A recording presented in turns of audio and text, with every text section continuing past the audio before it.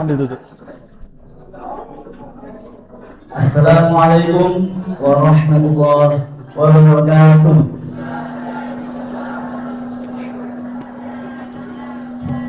Innal hamdalillah nahmaduhu wa nasta'inuhu wa nastaghfiruh wa na'udzu billahi min shururi anfusina wa min sayyiati a'malina.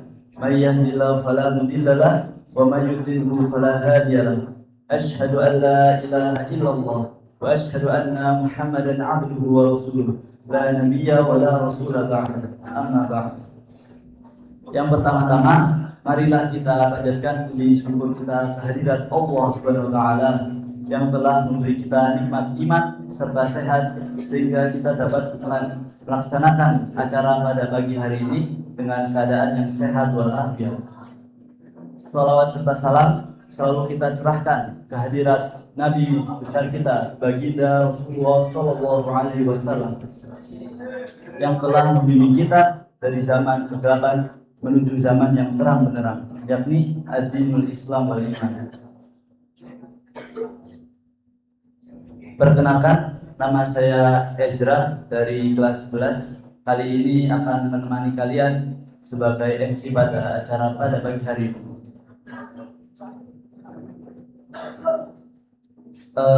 Sebelum menuju acara, aku mau tanya kabar kalian nih, gimana?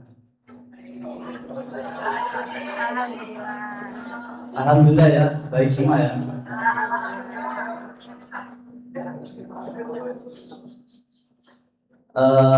Tanpa berlama-lama, saya akan bacakan tuntutan acara pada pagi hari ini. Yang pertama yakni pembukaan, yang kedua yakni tilawah, yang ketiga yakni acara inti, yang keempat sesi tanya jawab, yang kelima penutupan. Langsung saja kita menuju acara pertama, yakni pembukaan.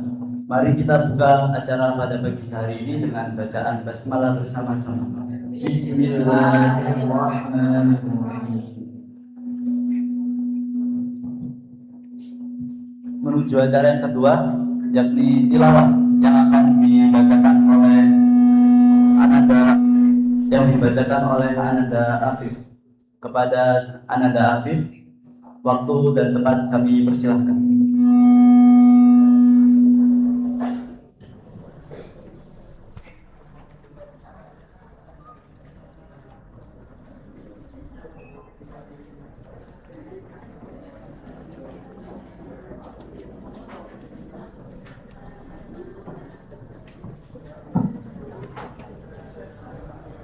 Assalamualaikum warahmatullahi wabarakatuh. Waalaikumsalam warahmatullahi wabarakatuh. A'udzu billahi minasy syaithanir rajim. Bismillahirrahmanirrahim. Wa laqad fatanna Sulaimana wa alqayna 'ala kursiyyihi jasadan thumma anab. قال رب اغفر لي وهب لي ملكا لا ينبغي لأحد من بعدي إنك أنت الوهاب فسخرنا له الريح تجري بأمره رخاء حيث أصاب والشياطين كل بناء وغواص وآخرين مقربين في الأسفاد هذا عقابنا فمن أو أمسك بغير حساب وإنا له عندنا لزلفى وحسن مآب واذكر عبدنا أيوب إذ نادى ربه أني مسني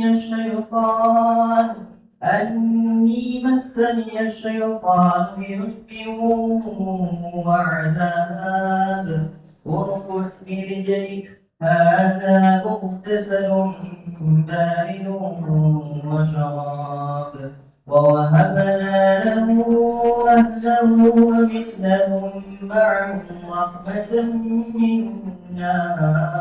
وذكرى لأولي الألباب وخذ بيدك ضغطا فاضرب به ولا تحزن إنا وجدناه صابرا نعم الأبد إنه أواب.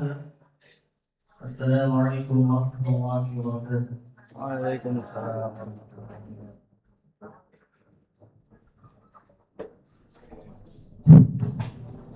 Sadaqallahul azim. Maha benar Allah atas segala firman-Nya. Semoga lantunan ayat yang indah tadi membuat hati kita semakin syahdu tatkala mendengar ayat suci Al-Quran. Menuju acara yang ketiga, yakni acara inti, yakni penyampaian materi dengan tema Ramadan Healthy Lifestyle, ibadah lancar, badan bugar, bersama Dr. Eni Fitri Yurita. Mari kita sambut dengan meriah.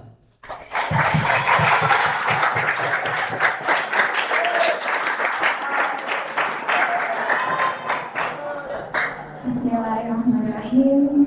Alhamdulillahilladzi bi ni'matihi tatimmus shalihat. Allahumma shalli ala sayyidina Muhammad wa ala ali sayyidina Muhammad. Rabbi zidni ilman warzuqni fahman. Rabbi shrah li sadri wa yassir li amri wahlul 'uqdatam min lisani yafqahu qawli bi rahmatika ya arhamar rahimin. Assalamualaikum warahmatullahi wabarakatuh. Waalaikumsalam warahmatullahi wabarakatuh. Masih semangat ya? Masih lebih berapa persen energinya? 100? Enggak ya, karena udah terbakar nih kalorinya. Sekarang udah jam 10, berarti sudah ada pemecahan glukosanya sudah terjadi. Ya, ini mungkin sudah ada yang mulai ngantuk karena mungkin nggak sahur, jadi nggak ada kalori yang dibakar pas sahur. Atau ada yang masih energi full karena makanannya berserat dan banyak protein waktu sahur. Oke. Nah, ini karena berkaitan nih dengan apa yang mau kita sampaikan. Siap menerima materi ya? Sebenarnya bukan ngasih materi sih, saya di sini adalah untuk sharing karena Allah qadarullah saya dapat ilmu ini lebih dahulu. Jadi saya harus sharing, diskusi bersama kalian supaya mudah-mudahan ini bisa membawa manfaat dan membawa kebaikan dunia akhirat untuk kita semua. Amin ya rabbal alamin. Oke. Dan semoga apa yang saya jika ini bermanfaat bisa menjadi hadiah amal jariah untuk kedua orang tua saya. Amin ya rabbal alamin. Oke. Sekarang, nah, kita kenapa sih kita harus puasa? Siapa yang tahu jawabannya? Nanti akan saya kasih hadiah. Nah, ini saya pilih satu aja.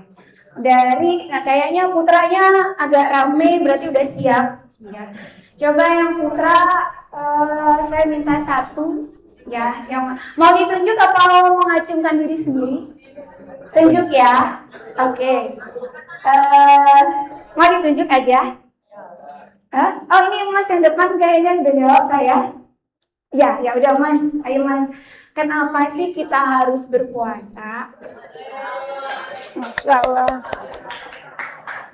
Karena kalau misalnya kita puasa itu kita bisa jaga tubuh dari bakteri dan bisa tambah imun lah.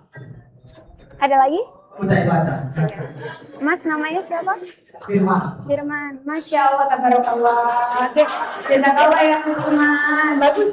Jawabannya benar. Itu salah satu manfaat puasa. Nanti kita bisa cek ya. Yuk. Jadi di dalam dunia kedokteran itu ada namanya puasa. Jadi padahal perintah ini sudah ada dari zamannya Rasulullah dulu, sudah ada zamannya puasa. Bahkan dari zaman sebelum Rasulullah, jadi zamannya nabi-nabi terdahulu itu sudah diwajibkan, sudah adanya tuntunan untuk berpuasa, tapi tidak sedetail dengan ajarannya Rasulullah Shallallahu Alaihi Wasallam. Dan bersyukurlah, kita harus bersyukur kita menjadi pengikutnya Nabi Muhammad yang betapa cintanya beliau.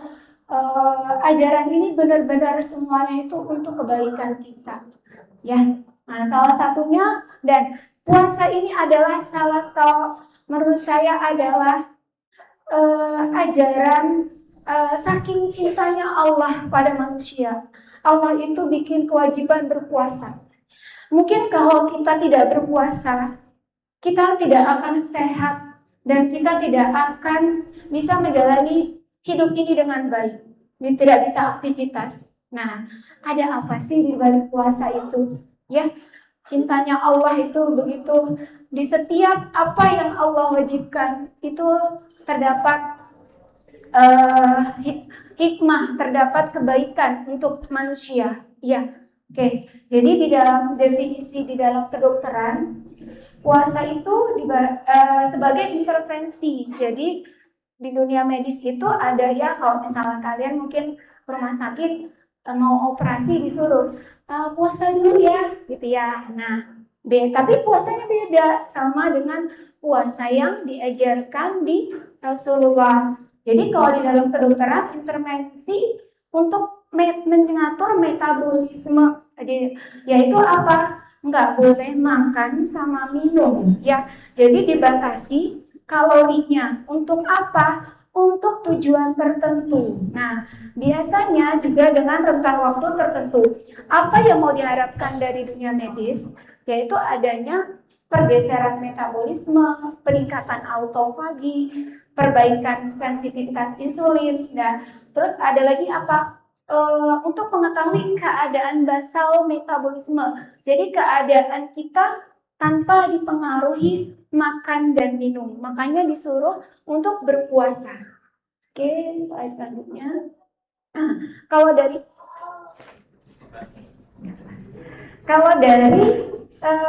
segi Islami, kalian sudah ngerti kan ya, bahwa puasa itu adalah kita menahan lapar dan dahaga serta hawa nafsu dimulai dari subuh hingga maghrib, ya.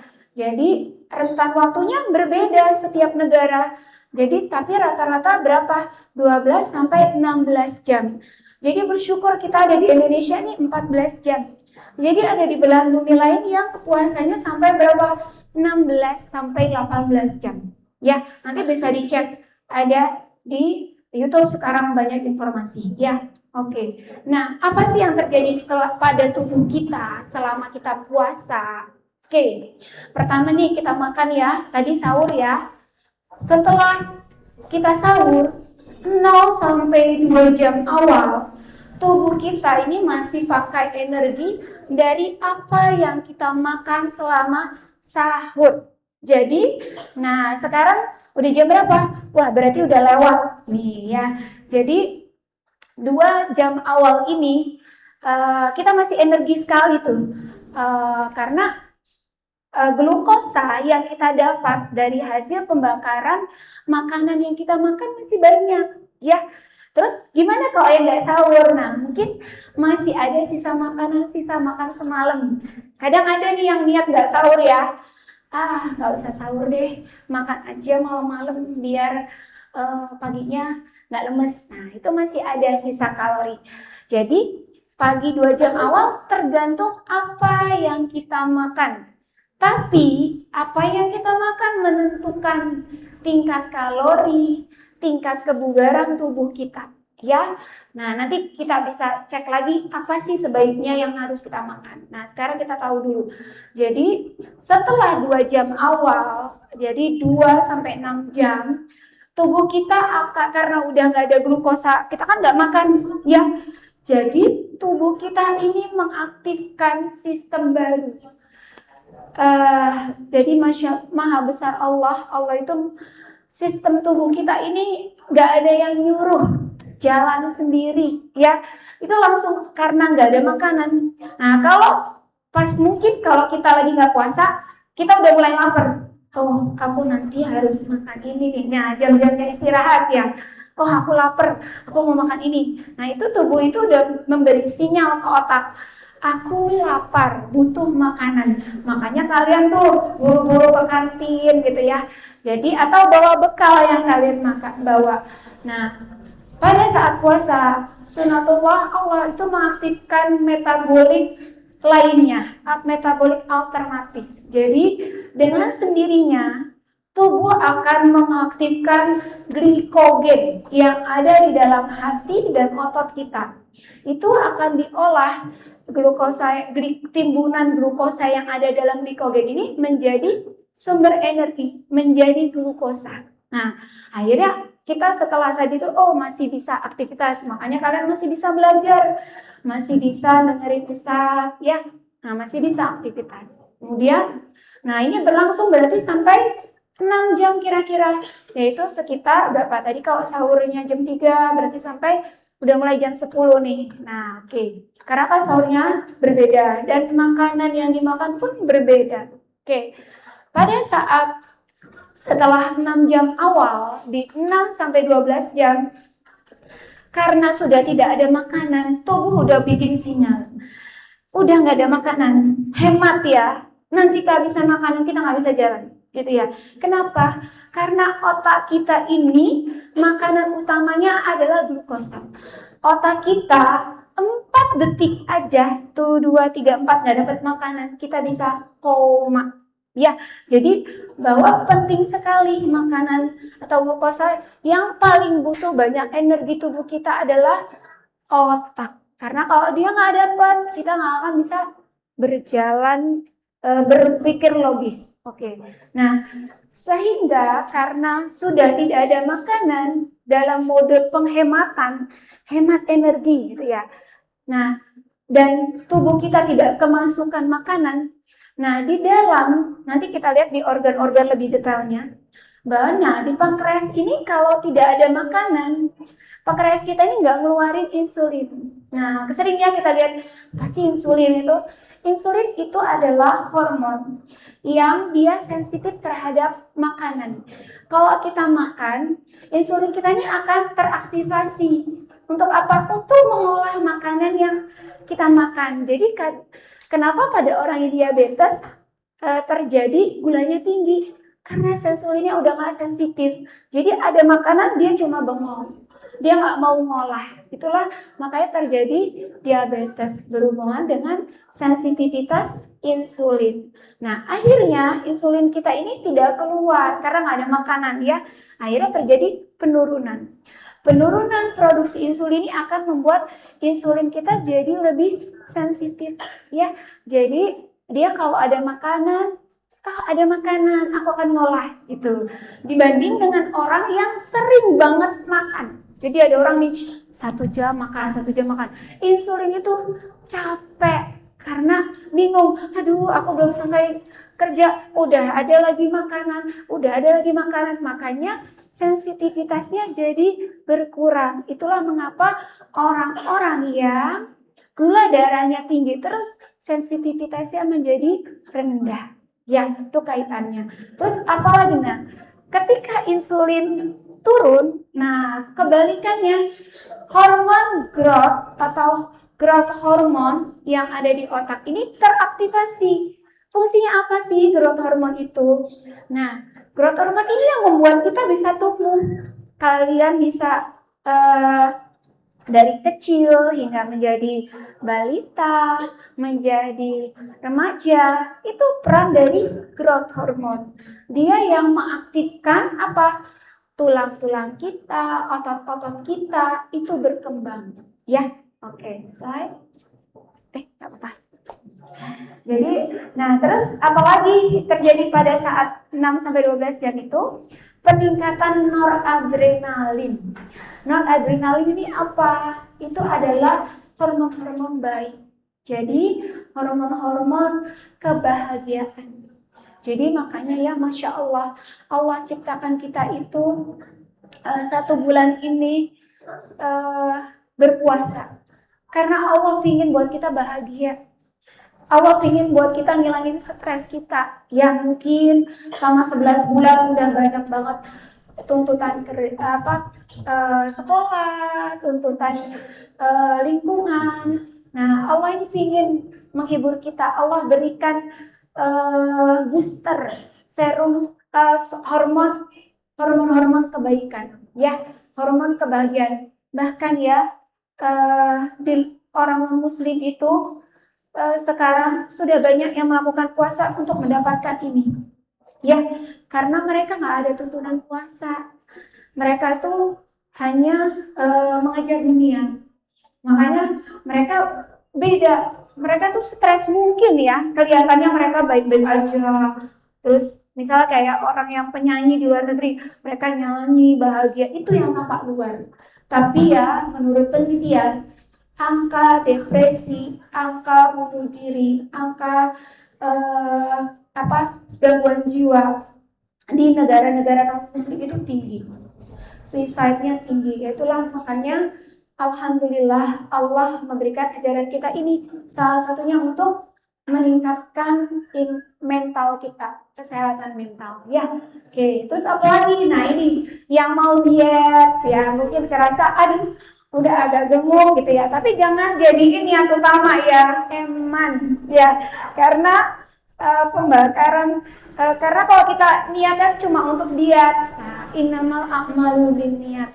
Nah eman Allah itu lipat gandakan kebaikan di bulan ini. Jadi kalian pun gak usah niat diet, sudah niat kalau kalian memang benar puasanya, ya. Oke. Jadi apa?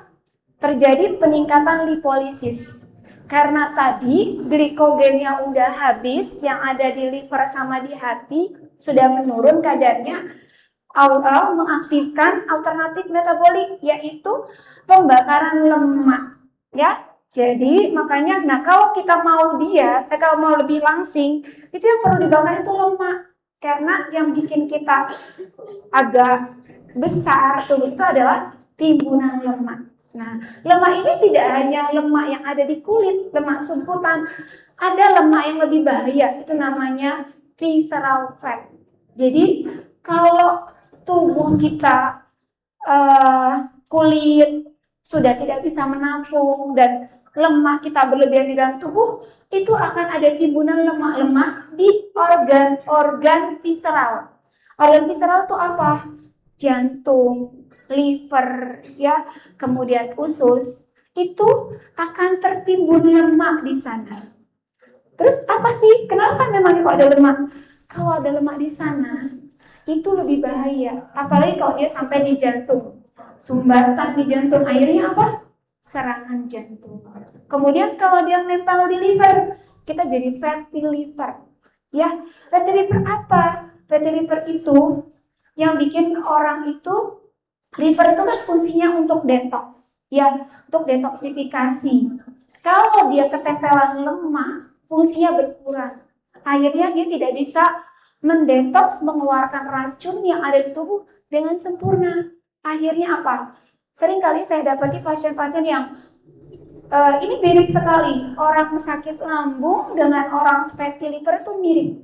Karena gejalanya apa? Mual, keringat dingin, lemes. Nah itu. Jadi kalau kita udah lihat, oh bentuk tubuhnya sudah ada timbunan lemak atau habit kebiasaan makannya seperti ini, kita udah harus curiga dia fatty liver. Itulah bahayanya kalau ada timbunan lemak. Ya, itu ya, kembali di situ. Kemudian apa lagi? Setelah 12 jam, nah ini kalian sudah mulai nih, kalau udah di atas jam 12, sudah mulai ngantuk kan? Nah, itu dia. Jadi ketika 12 jam, 12 sampai 16 jam, ya. Nah, tubuh ini sudah mulai kehabisan energi glukosa. Akhirnya tubuh ini buat energi saver lagi. Ayo lebih hemat lagi yuk, begitu ya. Akhirnya apa? Dibentuklah ketone body. Ya, ketone body atau dinamakan ketogenesis. Ya, tubuh ini sebagai salah satu bahan bakar untuk tubuh. Jadi udah nggak pakai glukosa lagi, pakai bahan keton. Bahan keton ini ya, kalau dia salah satunya adalah aseton. Makanya kalian kalau udah di atas jam 1, bau mulutnya sudah mulai keluar. Ya, nah itu terjadi apa? Karena sudah terbentuk aseton, lemak kalian sudah terbakar, akhirnya aseton yang keluar. Nah, jadi mau kalian cuci mulut berkali-kali ya, mau kalian pakai sikat gigi aja gitu ya, pakai obat kumur biar nggak bau gitu ya, nggak akan hilang, dia akan muncul lagi. Karena ini nggak berkaitan dengan kotoran atau kebersihan mulut kalian. Dia keluar dari uap hasil metabolik itu terbawa dengan hirupan nafas. Ya, jadi tanpa kalian sadari mungkin kalau ngomong gitu, baunya ada semerbak. Ya, tapi kalian harus bangga, berarti kalau sudah bau mulut berarti pembakaran lemaknya sudah terjadi. Alhamdulillah. Oke, hari ini berhasil bakar lemak gitu ya. Terus nah, Allah itu dan katanya gini, kok katanya baunya kayak minyak kasturi gitu ya hadisnya. Nah, itulah Allah. Allah itu buat ibaratan di dunia itu seperti bau aseton. Tapi kalau di surga nanti baunya ibaratnya bau kasturi. Nah, jadi kalian bayangin aja bau kasturi gitu ya. Jadi sekarang change pola pikirnya ya. Jadi nggak usah malu. Nah, kadang nih kalian ya yang suka puasa Senin Kamis, aku nanti kalau puasa Senin Kamis mulutku bau kayak sama teman-teman. Justru kalian harus bangga ya. Itu baunya bau pembakaran lemak. Kalian berarti tubuh kamu udah sehat. Terus nanti dijanjikan Allah baunya akan seperti minyak kasturi. Tahu ya minyak kasturi? Nah, jadi parfum manapun nggak tertandingi oleh minyak kasturi. Nah, bahkan katanya ya, nah itu minyak kasturi itu minyak yang tercium dari surga. Gitu. Allah alam nanti lebih jelas saya tanya Ustaz nih. Kalau saya cuma bisa baca artikelnya itu. Oke, nah terus apa lagi? Autofagi. Ini yang lagi ngetren. Bahkan ya, nah metode perintah puasa ini kan sudah lama ya. Di zamannya Rasulullah sudah. Terus bahkan autofagi ini baru aja 2016 kemarin seorang ilmuwan Jepang ya itu mendapat Nobel karena beliau melakukan riset tentang autofagi ini pada orang puasa. Beliau dapat Nobel kedokteran karena beliau yang meneliti tentang autofagi. Autofagi itu apa sih? Nah, autofagi itu adalah mekanisme tubuh kita, imun kita itu memakan sel-sel yang tidak baik, sel-sel yang rusak, bahkan sel kanker yang ada di dalam tubuh kita. Nah, amazing kan? Nah, inilah sekarang sejak saat itu autofagi ini sering dijadikan terapi di rumah sakit kanker. Jadi sekarang ada di rumah sakit kanker itu perintah untuk puasa. Kalau yang Islam disuruh Senin Kamis, kalau yang non Muslim mereka disuruh intermittent fasting. Ya, bahkan di luar negeri ini sekarang bahkan karena saya mendalami kecantikan estetika, itu teman-teman non Muslim saya itu kalau lagi seminar kecantikan ya, itu mereka sering tanya puasa di Islam tuh gimana sih gitu ya. Mereka mau ambil anti aging. Nah, keren kan? Jadi Masya Allah, kita tuh benar-benar disayang Allah. Jadi autofagi itu juga mengeluarin sel-sel kita yang jelek-jelek. Jadi bahkan ya di Korea tuh yang kadang mereka tidak beragama, mereka udah mulai puasa untuk dapat apa? Autofagi ini. Mereka mau anti aging karena mereka yang mereka ini kan dunia ya, tampilan fisik ya, kesehatan itu yang mereka jadikan acuan. Nah, itulah makanya kita jangan kalah sama mereka aja yang non muslim pengen puasa. Nah, kita apalagi ini ajarannya kita. Masya Allah, begitu cintanya Allah sama kita. Ya, kita salah satunya biar kita awet muda. Makanya jangan heran kalau ya kiai zaman dulu gitu ya, orang-orang alim-alim itu awet muda. karena mereka sering tirakat, sering puasa. Nah, itu awet muda. Jadi karena ada proses autofagi, regenerasi sel, ya, gitu ya. Oke, terus, nah, oh ya, siapa tadi penemunya beliau itu dapat Nobel gara-gara autofagi ini, ya, yaitu Bapak siapa? Ada yang tahu mungkin? Bapak Yoshinori Ohsumi. Beliau dapat Nobel pada tahun 2016 karena meneliti autofagi dalam puasa. Oke. Lalu tetap berlanjut di 12 sampai 16 jam, tetap terjadi pembakaran lemak, ya. Oke, jadi nah, kalian manfaatkan, kita, maksudnya bukan kalian ya, kita harus manfaatkan pembakaran lemak ini dengan optimal, apalagi yang pingin targetnya salah satunya berat badannya turun. Kalau bisa, kalau udah jam 4 memang lemas karena keton body udah keluar tuh. Jadi kalau udah jam 4 olahraga ringan, ya. Minimal apa? Minimal bantuin orang tuanya nyiapin takjil, ke dapur, jalan, udah berapa langkah, ya kan? Ya. Terus apalagi? Terus angkat beban. Nah, angkat beban itu kalorinya, defisit kalorinya akan tinggi. Jadi kalau kita jalan nih, kalori kita terbakar cuma pas jalan. Tapi kalau kita dumbbell, angkat barbel, angkat beban, itu cardio resistance-nya tinggi. Jadi dia akan pembakaran energi itu terjadi selama 12 jam. Ini kalau punya jam yang smartwatch, kalian bisa lihat. Meskipun kalian udah nggak angkat beban, ya cowok-cowok tuh kalau mau badannya keren gitu ya, posturnya mau bagus, angkat beban. Ya, jadi ketika angkat beban itu pembakaran kalorinya terjadi 12 jam. Jadi kalau kalian pakai smartwatch itu bisa dilihat. Kalian udah berhenti, pembakaran kalori tetap jalan. Gitu ya. Nah, itulah yang terjadi pada tubuh kita. Oke, kita lihat lagi. Nah, ini reaksi tubuh organ. Itu tadi hanya metabolik. Nah, dan apa sih yang terjadi di setiap detail organ kita? Masya Allah, ternyata semua organ tubuh kita mendapat manfaat ketika puasa. Masya Allah ya, begitu cintanya Allah sama kita. Dengan satu ibadah puasa ini saja. Ya, oke, tuh. Jadi ini udah mulai ngantuk ya.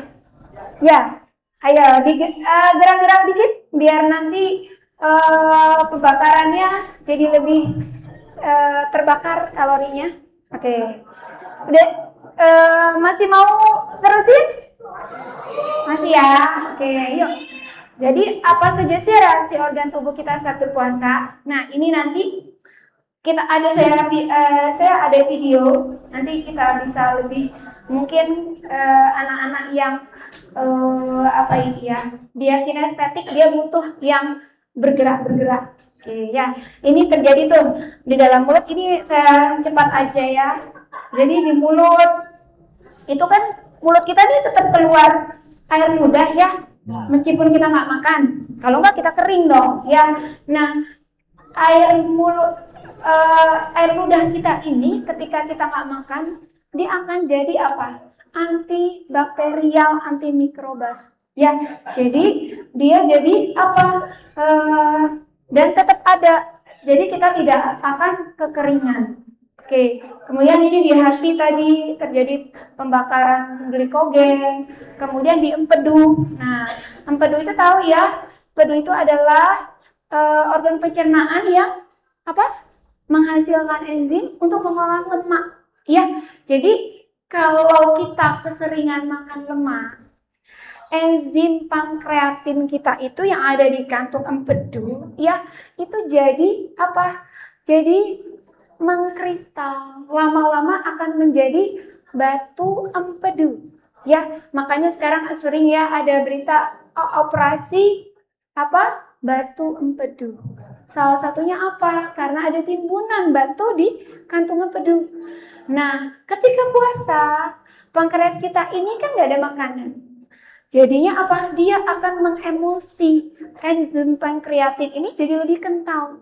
Sehingga apa? Sehingga nanti dia akan mampu menghancurkan timbunan-timbunan lemak, timbunan-timbunan sisa-sisa lemak yang ada di situ. Bahkan ada pasien saya yang dia punya batu empedu. Eh, karena beliau juga takut untuk operasi, itu dengan terapi puasa, Masya Allah, itu batunya yang tadinya besar dia mengecil. Ya, nah itulah Masya Allah. Juga selalu jadi obat. Ya, jadi nah setelah kita kan ini sekarang makanan sudah banyak ya, banyak makanan-makanan fast food. Nah ini kita nggak tanpa sadar di pankreas kita, di organ-organ pencernaan kita nih banyak sisa-sisa makanan metabolik yang tidak baik. Nah inilah waktunya untuk di cleaning, dibersih-bersih, di detox gitu tadi ya, detoksifikasi. Nah itu, terus pankreas, nah di lambung. Nah lambung, jadi jangan khawatir ya. Buat yang saya punya emak, saya takut nanti kok biasanya kok 2 jam nggak makan perut saya perih gitu ya. Jangan khawatir ya. Jadi Masya Allah, dan ini sudah terjadi pada pasien-pasien kami, bahkan yang gastric ulcer, jadi sudah luka di lambungnya, pasien yang GERD, asam lambung suka naik ke atas, ya itu kami tetap motivasi untuk puasa, tapi dengan memang bantuan obat dulu untuk awal-awal ya, karena memang sudah terjadi peradangan di lambungnya, jadi memang tetap butuh bantuan obat, butuh konsultasi dengan dokter, ya. Jadi nggak ada alasan, saya sakit lambung jadi nggak bisa puasa. Tidak. Jadi lambung kita itu malah akan jadi sehat. Ketika kita makan, asam lambung kita itu kan produksi. Jadi kalau kita sama puasa ini kan nggak ada makanan. Jadi dia nggak akan produksi. Jadi apa? Jadi asam lambung itu kenapa sih bahaya? Nah, memang sunatullah, asam lambung itu diciptakan Allah untuk menghancurkan makanan. Nah, kalau nggak ada makanan atau dia over, dia akan mengiritasi dinding-dinding lambung. Akhirnya apa kalau asam lambung kita sering banyak?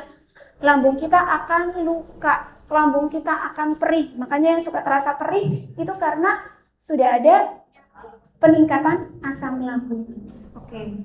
Nah, ini di lambung, kemudian di usus halus, di usus besar, itu juga terjadi Masya Allah, proses penyerapan sisa-sisa makanan dan pengaturan cairan, sehingga nggak ada ceritanya kan orang puasa mati, nggak ada ya. Nah itulah Masya Allah, Allah atur sedemikian rupa sehingga kita tidak sampai dehidrasi. Oke. Nah ini kita lihat videonya ya. Oke, Bismillah. Sini.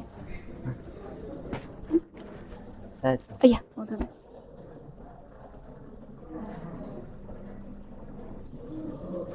ya, diselingin dulu ya, diamati. Wassalamualaikum.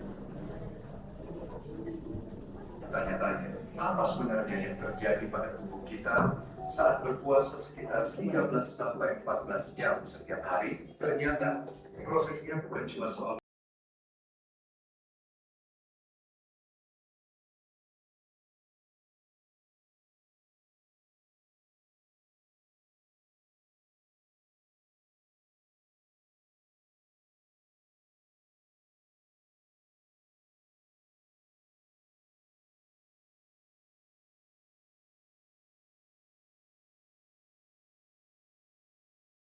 metabolisme. Apa artinya? Artinya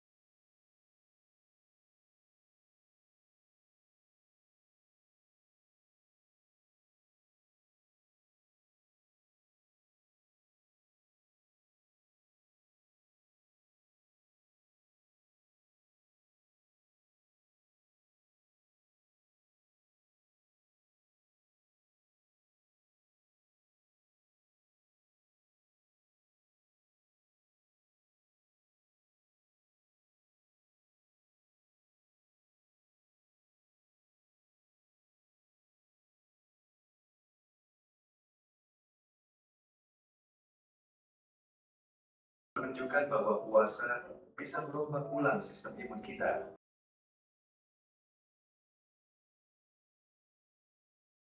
Tubuh akan memproduksi sel-sel imun baru yang lebih kuat dan efektif. Selain itu, puasa juga terbukti bisa menurunkan tingkat inflamasi atau peradangan di dalam tubuh. Inflamasi kronis seringkali menjadi akar dari banyak penyakit. Hasil akhirnya, tubuh jadi lebih siap dan lebih tangguh dalam melawan infeksi.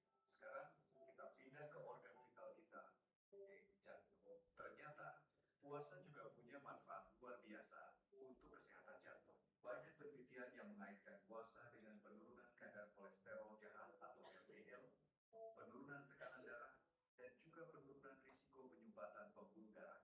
Kenapa bisa begitu? Salah satu alasannya adalah karena saat puasa, tubuh kita beralih menggunakan lemak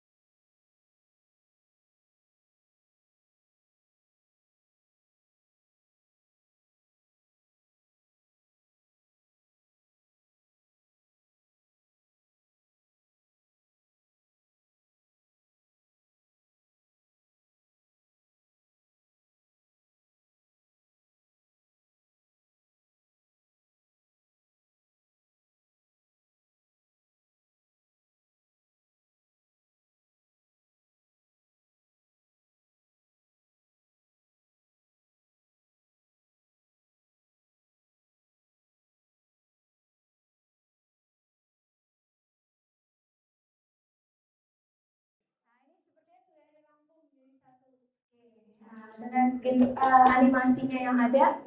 Oke, kita lanjut. Jadi dari uraian tersebut kita sudah bisa tahu kan begitu banyak sekali manfaat. Mungkin kalau kita tulis kita tidak akan selesai untuk menuliskan manfaat-manfaat dari puasa. Oke.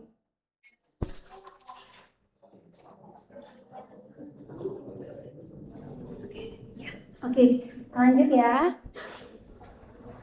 Oke, nah ini rincian tadi. Kalau ini sebagian kecilnya tadi ya. Jadi setelah apa yang kita tahu, apa yang terjadi di dalam tubuh, sehingga apa? Berarti manfaatnya banyak sekali untuk kesehatan kita, ya. Jadi ini salah satunya detox, menurunkan berat badan. Nah ini bisa dibaca ya. Dan salah satu juga apa? Mengurangi peradangan, ya. Mungkin ada di sini teman-teman yang suka nyeri, kakinya suka nyeri dikit-dikit, aduh sakit kakinya, kayaknya aku radang nih gitu ya. Atau suka main bola gitu ya. Nah pada saat puasa itu juga akan keluar antiinflamasi. Nah itu salah satunya yang diteliti. Jadi antiinflamasi, antioksidan itu keluar ketika puasa. Makanya alhamdulillah saya sendiri merasa ya, kalau bulan puasa pasien saya itu banyak yang sehat. Alhamdulillah. Jadi yang biasanya seminggu sekali kontrol kakinya sakit, begitu puasa alhamdulillah sama puasa beliau-beliau sehat. Ya, dan itu benar-benar terjadi. Ya, oke. Jadi sampai sekarang makin semangat nggak untuk puasa? Semangat ya. Apalagi, nah itu Allah cuma mewajibkan kita 1 bulan. Allah cuma butuh dari 12 cuma 1 bulan Allah nyuruh. Dan itu pun nggak seharian. Cintanya Allah cuma sampai maghrib. Ya, nah apalagi kalau kita tambah dengan puasa-puasa sunnah. Jadi puasa sunnah juga sama. Yang terjadi dalam tubuh kita juga seperti ini. Jadi kalau kalian pengen lebih sehat lagi, pengen lebih cerdas, ya tadi kan ada ya brain derivated hormone tadi. Jadi memang dan saya amati ya, mulai saya SMP, SD, SMP, SMA, rata-rata anak-anak yang juara kelas itu sering puasa. Ya, mereka punya otak kemampuan kognitif yang lebih tinggi. Ya, kita makanya sudah ada, apalagi kita ditambah dengan niat ibadah, masya Allah, dapat di dunia, beruntung di dunia dan beruntung di akhirat. Ya, oke, Mas. Jadi, nah ini ringkasan tadi, oke, lagi Mas, bisa dilihat manfaat luar biasanya. Nah, sekarang gimana? Nah, itu semua akan terasa manfaatnya kalau pola kita benar, ya. Jadi kamu ngerasa, enggak kok, aku loh puasa tambah naik berat badannya. Terus aku loh perut jadi mulas gitu ya. Terus habis itu apa? Ada yang diare. Nah, yang salah bukan puasanya, tapi apa? Tapi pola hidup kita yang tidak sesuai. Oke. Karena nah, tubuh kita nih udah lagi proses bersih-bersih. Kalian bayangin ya, kalian udah bersihin lantai musola, udah mengkilap banget, sudah bagus. Tiba-tiba kalian apa? Buang sampah sembarangan. Kotor lagi nggak? Kotor lagi. Terus bahkan jadi lebih kelihatan. Karena apa? Lantai yang bersih, ada sampah sedikit jadi lebih kelihatan. Makanya jadinya lebih kerasa. Padahal enggak, bukan karena si puasanya, tapi habit kita yang salah. Ya, jadi gimana? Biar kita benar-benar dapat manfaat, dapat kebaikan dari puasa. Yuk, kita harus, pola hidup kita juga harus benar. Jadi mulai dari sahur, ya. Jadi sahur itu dianjurkan apa? Banyak makanan berserat. Kenapa harus makanan berserat? Karena makanan berserat akan long lasting, jadi dia akan lebih awet. Nah, jadi makanya orang-orang yang makan makanan berserat, dia nggak begitu lapar. Jadi pengambilan glukosanya tuh stabil, sedikit, tapi berkelanjutan gitu. Jadi makanya bisa dibedakan orang yang sahurnya makan sayur sama nggak ada sayur. Nah itu udah lebih cepet capek, udah lebih cepet lapar yang tidak ada seratnya. Ya, karena kan kita mau fase mode nih, mode hemat nih. Jadi kita harus bikin ya apa caranya hemat dan bertahan gitu ya. Jadi kita butuh makanan yang berserat. Makanan berserat bisa dari mana? Sayur dan buah. Dan kalian tahu nggak makanan berserat yang Masya Allah manfaatnya tinggi dan sudah dapat ada seratnya, dapat karbohidrat, lipid, protein, vitamin, mineral, bahkan ada antioksidan. Apa? Ada yang tahu nggak? Kurma, betul. Ya, jadi jangan skip kurma kalau sahur. Meskipun kalian mungkin ada yang belum suka, ya coba aja satu aja. Jadikan ini apa? Jadikan ini sunnahnya Allah, niat ibadah, dan kalian dapat bonus sehat. Ya, jadi nanti kita akan bahas juga kurma, karena saya banyak banget dapat pasien tuh yang bahkan gak pernah makan kurma seumur hidupnya dia. Ya Allah, emang begitu besar manfaat yang ada di kurma. Bahkan ada hadisnya, Rasulullah itu memakan kurma. Apa yang disunahkan Allah, apa yang diajarkan Islam itu pasti ada kebaikan. Ya, nanti kita akan dalami lagi. Terus apalagi makan banyak protein. Ya, waktu sahur jadi kalian nggak makan nasi nggak apa-apa. Ya, alhamdulillah. Suami saya, kalau saya masih kadang kalau lagi nggak fit, saya masih makan karbo sedikit.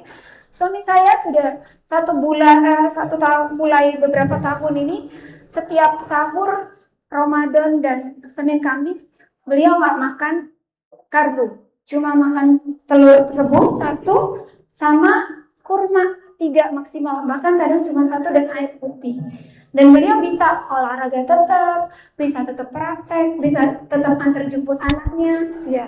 Jadi nggak ada alasan lemas gitu, enggak, ya. Oke, jadi alhamdulillah di situ ada apa kandungan yang kita cari protein bisa apa?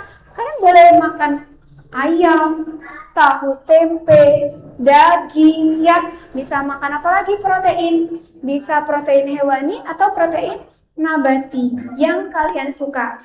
Tapi hati-hati, kalau bisa jangan digoreng. Ya, apa? Hindari makanan manis dan lemak. Kenapa? Kalau makanan-makanan yang diolah dengan digoreng itu akan membebani penyerapan usus kita tuh jadi lama. Pembakaran kalorinya jadi butuh energi. Akhirnya energi kita habis untuk membakar makanan yang kita makan. Padahal kita lagi di fase hemat energi, hemat. Jadi biar makanan yang kita makan ini nggak perlu banyak-banyak keluar energi, gitu ya. Oke. Terus kalau berbuka, nah ini yang disunahkan Rasulullah adalah berbuka dengan kurma kering, kurma basah atau air. Ya, nah ini memang ada manfaatnya. Kenapa? Nanti kita bahas tentang si istimewanya kurma. Ya, oke. Terus apalagi makannya bertahap, jangan langsung. Jadi karena nih kadang ya kita tuh balas dendam. Kelihatan memang kalau lagi lapar, apalagi kalau lagi siang gitu ya, itu pikiran kita udah kayaknya enak nih, nanti beli salad. Oke. Terus kepikiran lagi, apalagi kalau lagi udah sampai rumah nyekrol, nanti beli cireng, gitu ya. Terus apalagi itu makanan numpuk semua di meja, ya. Padahal ya lambung kita nggak kuat, ya. Lambung kita ini punya kapasitas, punya wadah, ya. Nggak bisa over kayak gitu untuk mengelola makanan seperti itu. Apalagi kalian bayangin, udah kita si lambung ini udah kita istirahatin, kayak kamu misalnya ya, kalian tuh udah disayang-sayang nih, udah istirahat aja ya ini ya, kamu boleh istirahat, boleh nggak usah belajar dulu deh, nggak usah kerjaan rumah dulu deh gitu ya. tiba-tiba kamu langsung dikasih ya tugas yang banyak, lebih banyak dari biasanya. Terus apalagi kerjaan lebih banyak. Terus dimarah-marahin. Gimana perasaannya? Gak enak kan? Nah, sama lambung kita juga gitu. Jadinya makanlah secara bertahap. Nanti kalian bisa bedain. Coba challenge mulai hari ini. Oh, hari ini aku buka takjil dengan kurma, air putih, terus sholat. Dan habis sholat, baru kalian makan. Bedakan bagaimana kalian pas taraweh. Ya, energi yang kalian dapat ketika taraweh itu jadi lebih khusyuk, jadi gak ngantuk, jadi lebih ibadahnya sepenuh hati. Ya, gitu ya. Jadi gak ada keluar lagi, aduh perut sakit yang mau berangkat taraweh gitu ya. Oke, jadi terus apalagi hindari es, soda, santan, dan makanan-makanan yang bisa memicu produksi asam lambung berlebih. Ya, makanan-makanan itu seperti pedas, kecut, santan, ya, terus rawon, susu. Nah, susu juga ya maksud saya tulis. Jadi jangan kalian karena udah biar tambah energi, kita bukannya minum susu gitu ya. Jadi susu itu mengandung asam yang akan merangsang produksi asam lambung kita akan semakin meningkat. Oke. Terus apalagi yang dianjurkan? Olahraga ringan sebelum buka atau setelah sahur. Ya, kenapa? Jadi jangan olahraga misalnya jam 12 kalian pulang dari Al-Uswah, aku mau jalan aja. Pulang dari Al-Uswah jalan kaki aja biar olahraga. Insya Allah kalian nanti bisa bongkel asar ya. Jangan ya. Jadi kenapa? Karena kita udah fase switch metabolik ya, dari energi saver. Jadi apa?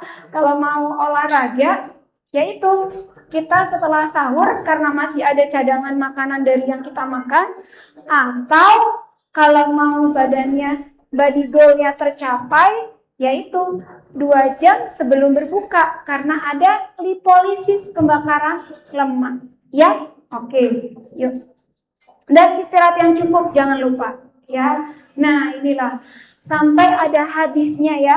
Hadis riwayat Abu Daud. Rasulullah SAW menyampaikan bahwa berbukalah dengan rutop, ya kan, kurma basah atau tamar pura kering dan seteguk air. Kenapa sih sampai sedemikiannya? Kenapa enggak Rasulullah bilang, ayo berbuka dengan susu, kan berenergi, gitu ya. Ayo berbuka dengan apa? Es, degan, gitu ya. Nah, enggak, tapi dengan kurma.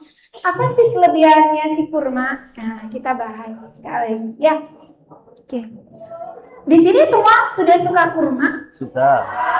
Sudah enggak? Oke, nanti bisa dicoba ya. 1 aja minimal ya. 1 aja setiap hari, 1 sahur, 1 buka. Ya. Oke. Emang loh, mumpung ini bulan Ramadan. Nanti kalau kalian tahu manfaatnya pasti kalian pingin. Nah, ini dia. Kurma atau bahasa organik dan kira-kira. Nah, kurma ini memiliki banyak manfaat. Ternyata apalah? Yang pertama adalah energi instan dan pemulihan. Nah, kita kan sudah kehabisan energi nih pas puasa ya. Ketika kita buka, kita kan nanti juga harus taraweh, kita harus tetap aktivitas, yang kerjanya malam harus tetap kerja. Energi booster yang paling cepat diolah, yang paling cepat diterima. Jadi kurma ini nggak pakai diolah loh. Jadi nggak perlu ada pengolahan di dalam lambung dan liver. Jadi dia langsung terserap. Ya, makanya dibilang apa? Energi instan. Langsung booster. Jadi kalau kita makan kurma tuh energi kita langsung tersalurkan. Ya, makanya disebut sebagai energi instan dan pemulihan. Oke, kemudian apa? Buat kesehatan jantung, pencernaan, antiinflamasi. Nah, ini berkaitan dengan kandungan-kandungan apa yang ada di kurma. Oke, yuk kita lihat. Nih, jadi kandungan di kurma itu ternyata ini berdasarkan jurnal, dan yang melakukan jurnal ini kalian tahu itu adalah orang non-muslim. Bayangkan, mereka penasaran dengan hadis kenapa. Mereka tuh penasaran loh dengan perintah-perintahnya Rasulullah, dengan ajaran Islam. Dan bahkan mereka tuh pengen tahu, oh kalau ini disuruh berarti ada kebaikan. Di dalam itu ada manfaat yang besar. Akhirnya diteliti, ternyata di dalam kurma ini ada semua ini, bayangin. Karbohidratnya cuma tidak hanya glukosa, tapi fruktosa. Itulah yang menyebabkan kurma mudah dicerna, nggak perlu diolah lagi, nggak perlu fase nunggu 1 jam baru kalian jadi dapat energinya, enggak. Jadi begitu kalian makan kurma, energi kalian langsung dapat. Ya, oke. Terus apalagi bahkan ya di luar negeri ini non muslim itu pengen bikin snack kurma. Mereka lagi bikin beberapa negara tuh di Egypt, di Mesir dia udah bikin kayak apa itu sereal fiber itu dicampur dengan kurma karena khasiatnya kurma. Ya, oke. Terus apalagi protein, lipid, vitamin B kompleks ya. Terus vitamin C, E, vitamin K, mineral bahkan ya kandungan mineral yang ada di kurma ini ya itu bisa untuk menyembuhkan penyakit-penyakit seperti apa? Seperti demam berdarah ya. Makanya kadang orang sakit-sakit itu kalian misalnya nih mau jenguk teman lagi sakit, belikan aja kurma. Itu udah manfaat sekali buat dia ya, buat sumber energinya, buat anti peradangan. Nah itu dapat semua. Dan ada lagi apa? Phenolic acid. Phenolic acid ini hanya didapat pada kurma. Ya, jadi phenolic acid ini apa aja? Itu adalah dikandung di dalamnya ada ferulic, ada flavonoid. Ya, itu apa sih bahasa apa? Itu semuanya anti radikal bebas. Anti radikal bebas itu apa? Nah, kalau kalian bisa lihat pakai kacamata mikro gitu ya, ini udara kita ini udah gak bersih. Jadi banyak radikal bebas. Makanan yang kita makan tuh juga banyak radikal bebas. Dan radikal bebas juga ditenggarai sebagai penyebab kanker. Makanya sekarang penyakit-penyakit semakin banyak. Banyak orang sering sakit, banyak orang diabetes, penyakit metabolik makin banyak. Makanan karena apa? Karena banyak makanan instan dan itu banyak mengandung radikal bebas. Ya, nah kurma ini memiliki anti radikal bebas. Jadi apa? Lawannya si radikal bebas, dia akan menurunkan kadar radikal bebas dan bahkan radikal bebas ini juga sebagai pemicu apa? Kanker. Ya, jadi ada penelitiannya juga di beberapa jurnal. Sekarang kurma ini dijadikan salah satu terapi untuk penderita CA, penderita kanker. Bahkan di rumah sakit non-muslim. Ya, oke. Masya Allah, tabarakallah. Oke, yuk. Nah, ini dia. Nah, ini yang saya dapat tadi dari ini. Jadi apa? Kurma itu lihatin. Dia tuh kenapa sih kurma berbeda? Nah, dia kayak kapsul aja. Ya, ada glukosa dan fruktosa nyaris tidak butuh dicerna oleh lambung, jadi langsung instan, langsung jadi energi. Oke. Kemudian apa? Dia bukan sekedar buah Arab, ya. Ada apa? Buah berserat dan apa? Manfaatnya banyak sekali. Oke. Kemudian apa? Nah, dia akan tiba di dalam otak selang dalam 20 menit. Bayangkan, Masya Allah. Kalian tahu kalau kalian makan, itu belum tentu apa yang kita makan ini akan tiba 20 menit sampai di otak. Apalagi kalau makanannya berminyak, berlemak, itu diolah dulu, dijadiin makanan yang tadi itu di enzim di mulut itu dihancurkan oleh enzim petialin, masuk ke lambung dihancurkan oleh enzim ACL, masuk lagi ke liver dimasukin ada enzim-enzim pankreatin. Ini diolah dulu baru masuk bisa ke dalam darah. Kurma dia instan, 20 menit dia udah sampai ke otak kita. Ya, oke. Makanya begitu besarnya manfaat sehingga padahal Rasulullah nggak pernah ngadain penelitian ini ya, Masya Allah. Itulah betapa cintanya Allah. Allah ini yang nyiptain kita. Jadi yakin aja semua yang diperintahin Allah itu untuk kebaikan kita. Karena Allah tahu ciptaannya ini butuh apa. Karena Allah tahu makhluk ini butuh apa. Makhluk ini kekurangannya di mana. Allah tahu. Jadi Allah berikan tuntunan-tuntunan supaya kita ini tetap mendapat kebaikan. Oke, nah itu. Jadi kita akan setelah salat maghrib menyala 100%. Ya, udah bisa lagi. Udah bisa taraweh, yang mau 23 silakan, yang mau 11 silakan, yang mau qiyamul lail, mau kerja target hatamannya. Nah itu ya. Oke. Terus, nah bayangin sampai diibaratkan seperti F1 dengan rem cakram. Kenapa?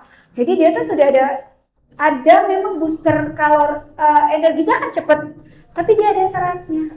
Ya itulah, tidak makanan lain mungkin banyak yang dia cepet, tapi dia langsung terjadi peningkatan gula yang tinggi. Kalau kurma tidak, dia kurma fruktosa dan gulanya itu stabil dikeluarkannya. Oke, ya karena dia punya serat tuh, jadi slow release energi. Oke, karena serat-serat ini agar glukosanya dilepas secara perlahan dan stabil. Jadi tubuh kita tidak terjadi crash, sugar crash. Kalian tahu kan ya? Nah ini anak-anak Gen Z sudah tahu lah, sugar crash itu biasanya kalau kita habis makan udah banyak energi, tiba-tiba glukosanya turun, manis-manisnya turun dalam darah, terjadi sugar crash ya. Itu yang menyebabkan mood swing, kemudian kita jadi mudah emosi, mudah marah ya, nggak stabil, tidak fokus. Oke. Nah ini seperti F1 dengan rem cakram. Oke, itu saja, mudah-mudahan apa yang saya sampaikan ini bisa membawa manfaat dan kebaikan untuk kita semua. Yang benar datangnya dari saya, yang benar datangnya dari Allah, yang salah datangnya dari saya, dan mohon maaf jika ada kesalahan. Oke, saya buka sesi pertanyaan nanti dengan mas-mas ini nanti ya. Tadi ada hadiah 2 untuk penanya, tapi ini untuk cewek, karena yang cowoknya tadi hadiahnya sudah dapat ya. Ya tinggal 2, saya butuh 2 penanya, mas mungkin dari menuju acara berikutnya di sesi tanya jawab. Silahkan bagi yang mempunyai pertanyaan atau apa yang tidak dipahami bisa ditanyakan. Oh iya, khususnya bagi yang akhwat, silakan bisa bertanya. Iya, ini Kak Sheila, silakan.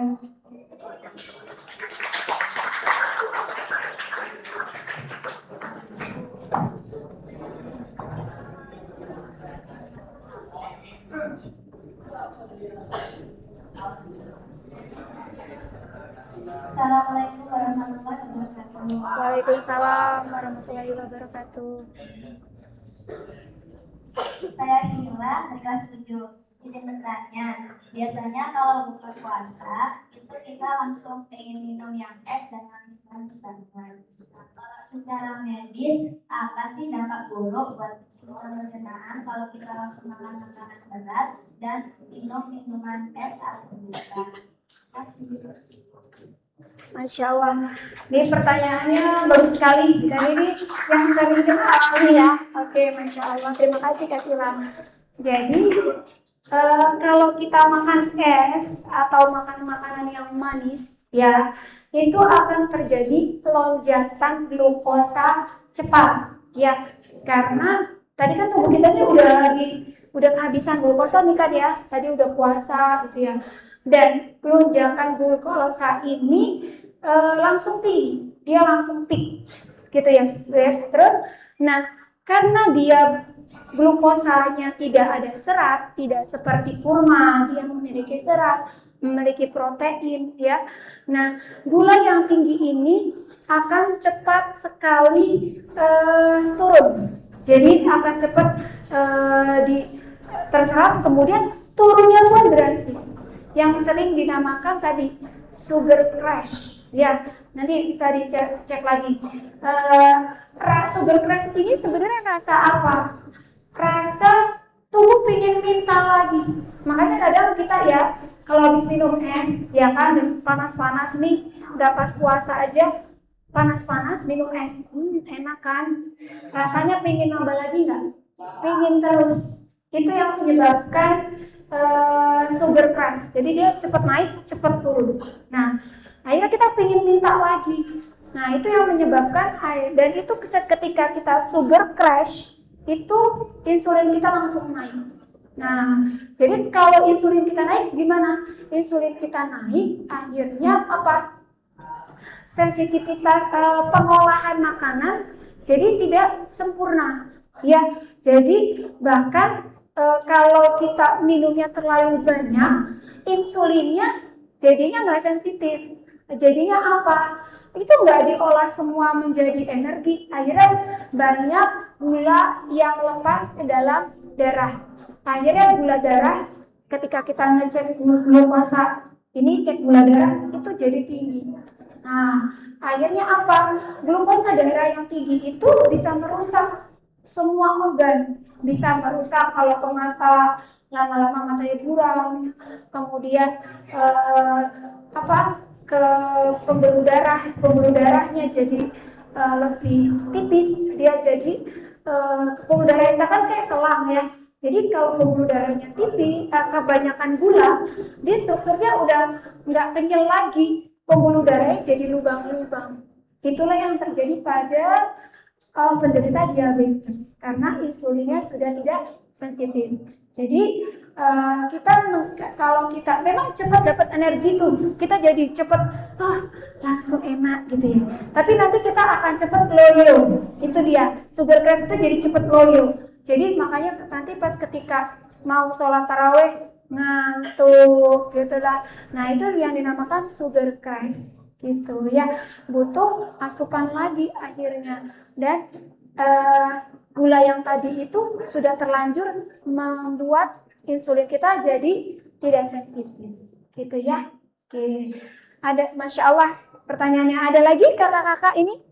Oke, ini kakak yang putih boleh kok kalau mau tanya, tapi nggak putih nggak dapat hadiah kalau mau ya. Iya, Mas dulu, apa yang putri dulu? Yang putri dulu ya. Oh, yang putri dulu ya Mas, sebentar. Laki-laki itu memang harus mengalah. Ya, bentar, yuk kakak boleh. Permisi, izin bertanya. Perkenalkan, nama saya Aisyah Firdausia dari kelas 8 reguler. Tadi Dokter Eni itu mengatakan kalau saat puasa itu organ dalam tubuh kita mengatur cairan di kita itu agar tidak terdehidrasi. Tapi kan saat puasa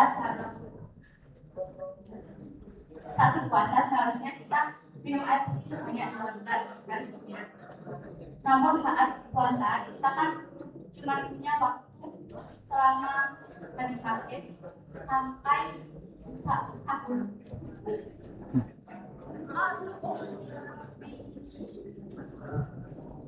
Bagaimana cara mengaturnya agar konsumsi air sebanyak 2 liter itu dapat kita penuhi saat bulan puasa? Oke, Masya Allah, pertanyaannya bagus sekali. Oke, jadi betul. Oke. Nah, masalah cairan nih, memang secara normal ya, menurut beberapa jurnal manusia itu membutuhkan 2 liter air per hari. Tapi makanya amazingnya lagi puasa itu, Masya Allah, tadi sempat tuh saya ada gambarnya ya, ketika puasa usus besar kita ini melakukan penyerapan air lebih sempurna karena nggak ada makanan. Jadi cairan yang kita makan tuh, kita minum ya, itu Masya Allah diserap dengan lebih sempurna. Jadi yang biasanya mungkin cairannya cuma terserap 50%. Ini dia lebih dikatakan sempurna. Untuk berapa persennya memang belum ada penelitian. Jadi bisa dikatakan mungkin kadang ya, buktinya saja pada beberapa orang yang jarang minum, dia tidak sampai dehidrasi. Ya, itulah Masya Allah kebaikannya Allah. Ya, begitu amazingnya sistem tubuh kita itu diatur ketika puasa sehingga kita nggak sampai dehidrasi. Jadi misal kita nggak sampai target 2 liter, nggak apa-apa gitu. Terus kalau misalnya kita tetap mau nih gimana nyiasatinnya biar tetap 2 liter. Jadi 2 liter itu kan seumpama dengan 8 gelas. Ya, jadi yang dianjurkan itu memang ketika takjil ya. Nah sebenarnya sih yang menganjurkan untuk 8 gelas itu kan kalau tidak puasa.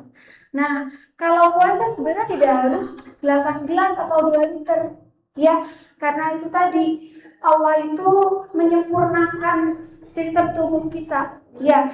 Nah kalau kita tetap pingin 2 liter memang agak kelompokan sedikit minumnya istilahnya ya, karena yang disunahkan Rasulullah aja ketika takjil seteguk. Allah tidak bilang 1 gelas ya di situ, Rasulullah nggak bilang suruh kita minumlah 1 gelas, seteguk ya. Jadi membasahi, seteguk itu apa?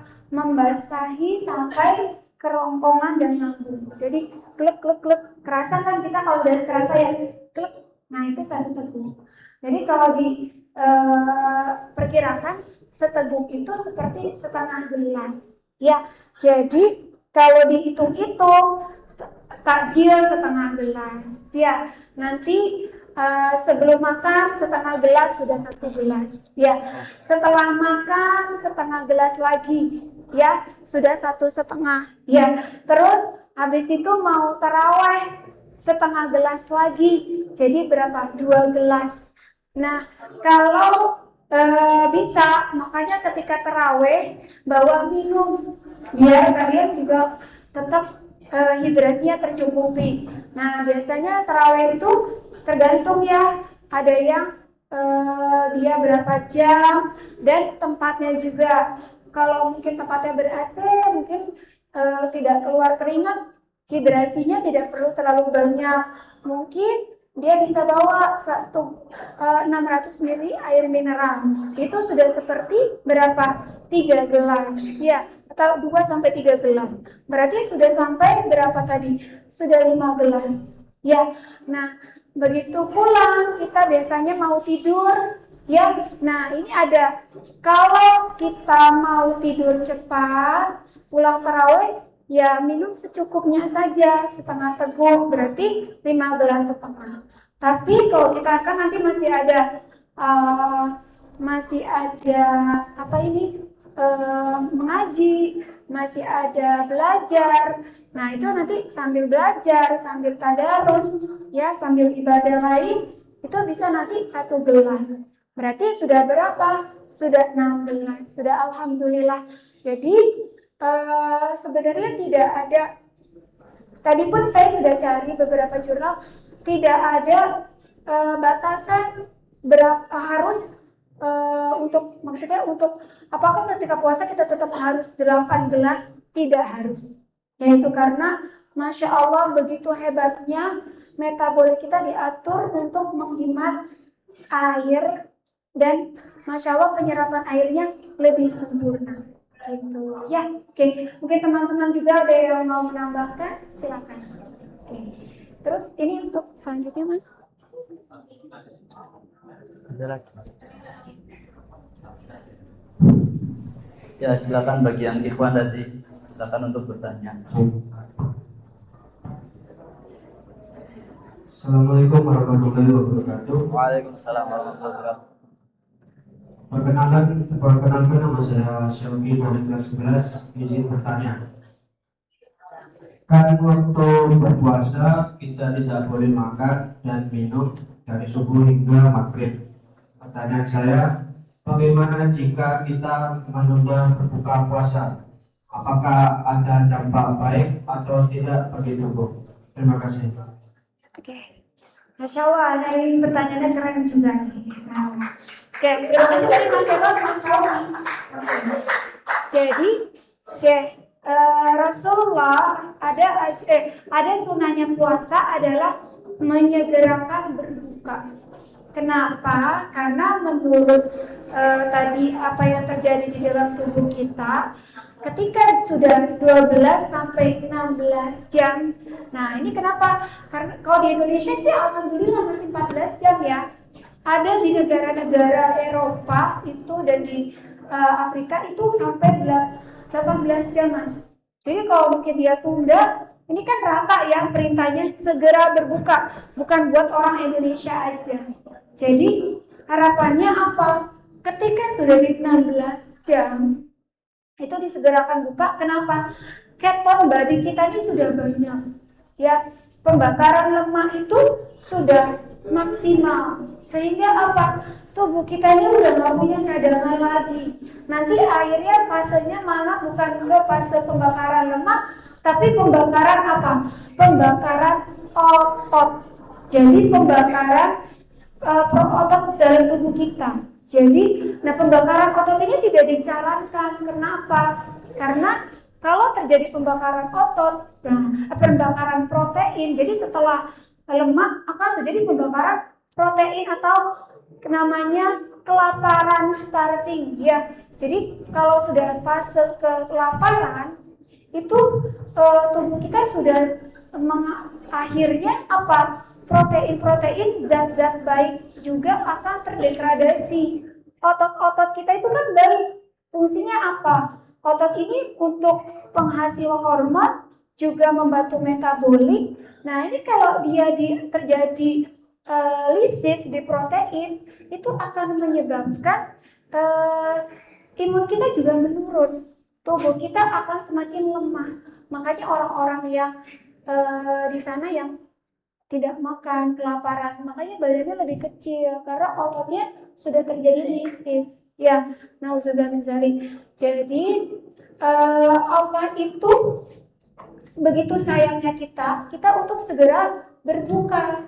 Nah, kenapa? Terus apa yang terjadi? Itu tadi yang dikhawatirkan Allah adalah terjadi protein lisis. Ya, kemudian terjadi fase kelaparan. Kalau fase kelaparan itu sudah tidak terjadi metabolisme seperti ini lagi, sudah jadi kekacauan sel malah. Ya, itu nanti ada namanya metabolic starvation. Jadi metabolik pada saat kelaparan. Oke. Nah, boleh tetap misalnya kita bukan menunda sebenarnya, tadi tetap kita misal kita tidak bisa sempat nih ya waktunya maghrib, cukup basahi kurma dengan air putih sudah. Tapi misal kita belum sempat makan, mau makannya nanti 2 jam aja setelah tarawih, boleh, itu masih bagus. Karena apa tadi?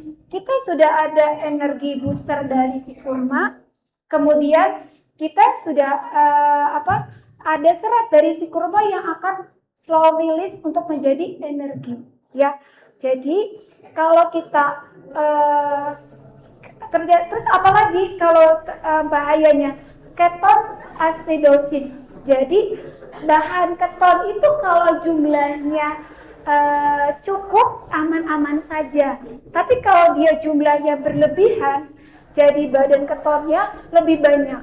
Itu akan menyebabkan apa? Malah akan menyebabkan kita ketonosis. Jadi tubuh kita ini bahan ketonnya lebih banyak, racunnya lebih banyak dibandingkan keton yang baiknya tadi. Ya, gitu ya Mas. Jadi itulah pentingnya kita disunahkan untuk segera berbuka, untuk menjaga metabolik kita tetap baik gitu ya. Oke, mudah-mudahan bisa diterima.